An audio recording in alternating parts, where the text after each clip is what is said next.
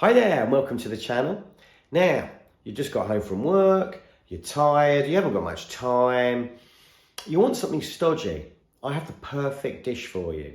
Today, we're going to be making a Moroccan stew.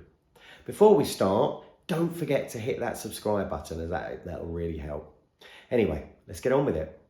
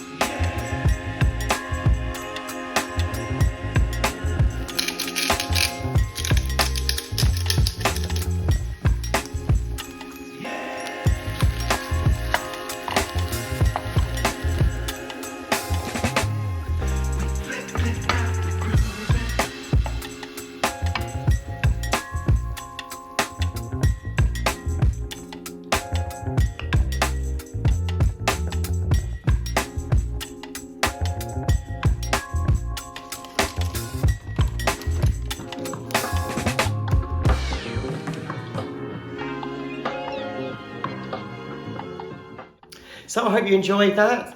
Another quick and easy meal. If you're in a hurry, perfect. Tastes amazing. The more apricots you add, the sweeter it is. So I'd recommend putting a few in. The ingredients will be in the details below.